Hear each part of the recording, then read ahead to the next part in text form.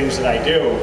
And for me to go in different gyms and eat in different places, I eat out of hotels on the road, it's so hard to be able to do that and say, okay, I'm fully committed. And I'm not going to sit here in front of you guys and say, you know what, I'm the most dedicated guy. When I was winning, I was the most dedicated athlete on the planet. There's no question.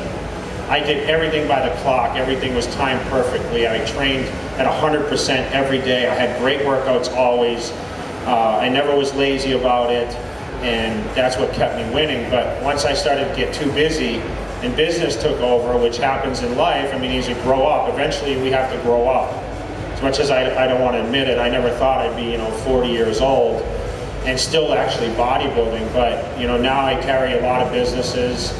I mentioned, he mentioned all the clothing and everything else, but, I just launched a supplement company, and that's taken a lot of my time right now. So that's kind of my focus, to be honest, right now, rather than being in the gym working out. Cool.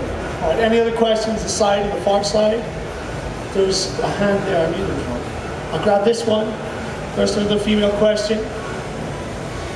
Eric. Hi. Do you still enjoy the training? Do you find that now it's kind of trying to fit it in between all the other commitments in your life? Do you still get the buzz in the gym and the fun?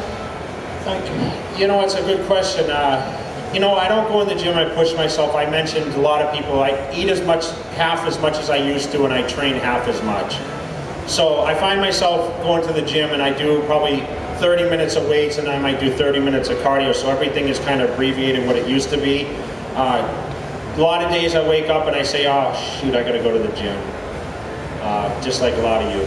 I mean, it's, how do I get motivated? I mean, I listen to music. I watch videos of other guys, believe it or not.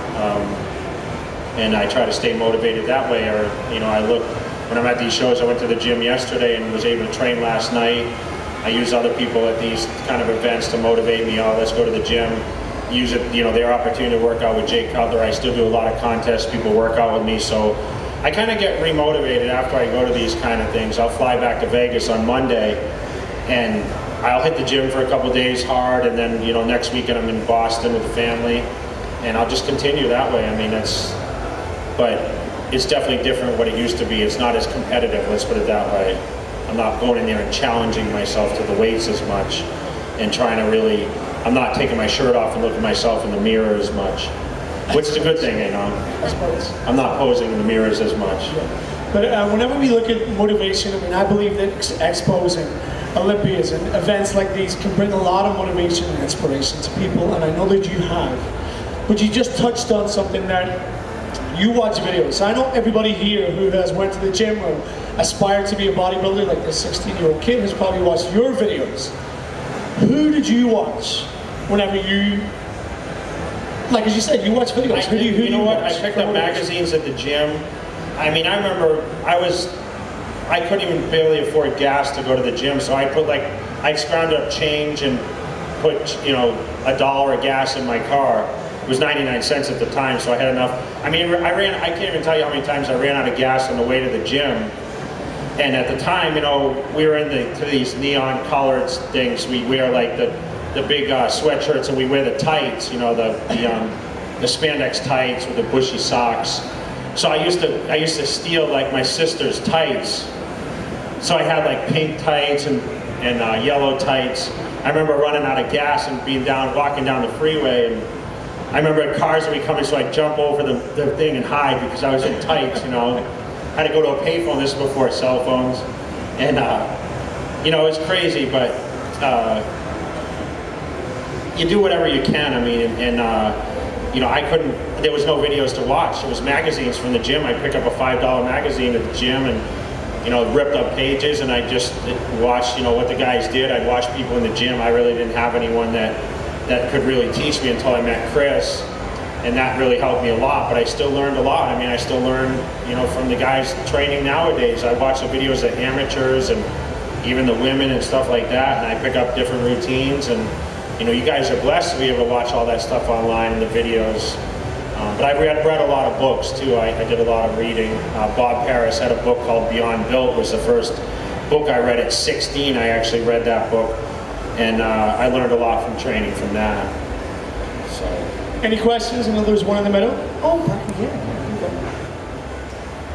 Jay, you say that you're a routine-focused type of person. I'm pretty much the same as yourself, but with your travels, you must find it very difficult to have a routine where you train at the same time of day. Do you have any sort of preference? Because like, personally, I find it difficult to do mornings because I need a few meals, whereas some people prefer mornings. Do you have a routine when you train? You know what, we're a lot alike. I'm very demanding. So when I come to these things, I make it clear that I need to eat at a certain time, I need to train at a certain time, but I always find that training for me is best after about 3 or 4 meals.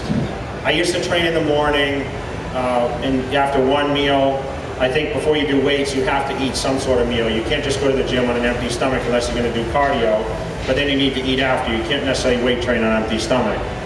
So for me, I always felt fuller and got a much better pump after about 3 or 4 meals, so I would always train at least after 3 or 4 o'clock. I know when I first started training when I was in college, when I was 18, I used to train at like 8 or 9 at night because I had class all day.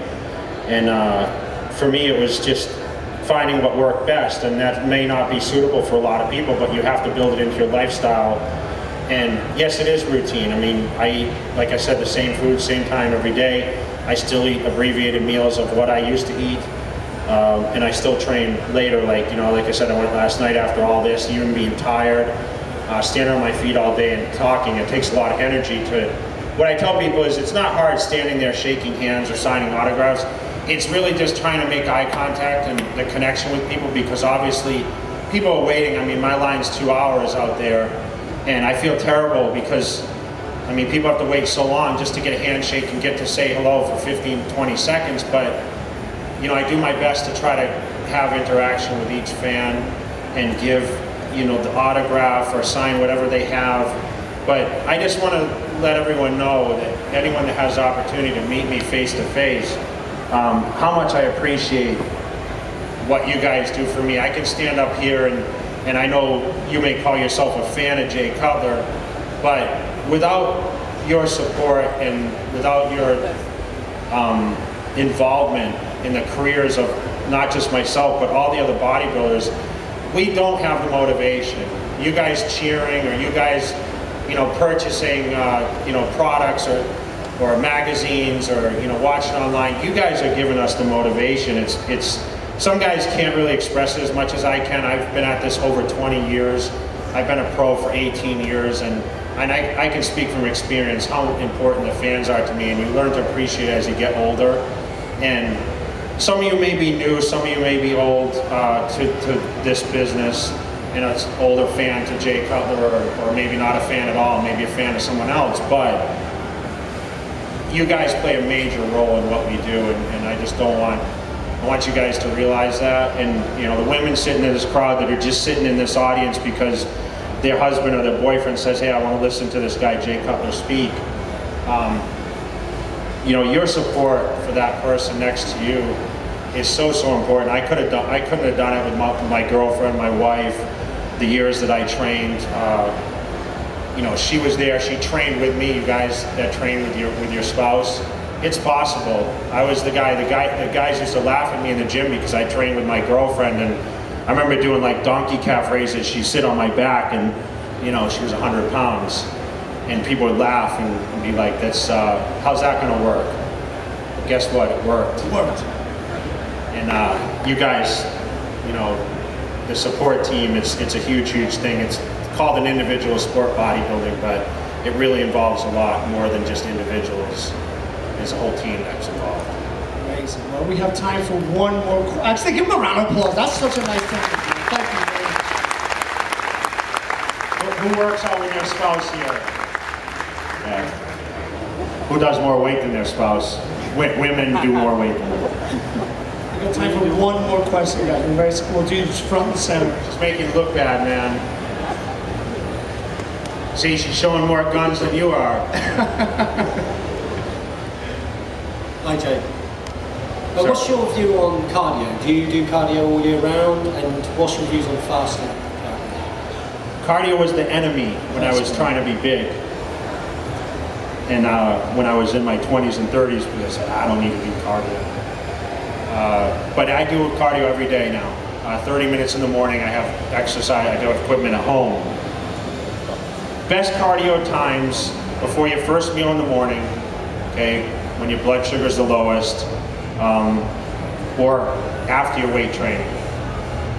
Those are your 2 times. I do it when I get ready for a contest. I did it in the morning on an empty stomach, and then before my last meal, before I went to bed, my last meal never had carbohydrates in it, so it was just straight protein. So I found that was the best. I mean, remember, your metabolism being bumped is what cardio does. So when you read on the treadmills or the stairs or the bike, whatever, you burn this many calories, and you try to calculate, okay, well, I burn this much fat. That's not how it works.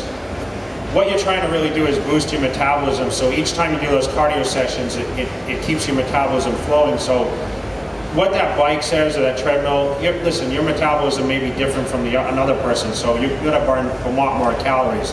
Trust me, when I was 300, me walking like this takes a lot more calories than a normal person. I mean, I didn't have to walk very fast, you know, I would walk on the treadmill like, you know, this is what I did. And I'd be like, it was pathetic. But now I'm like, you know, I'm like a racehorse now. I can get on the stairs.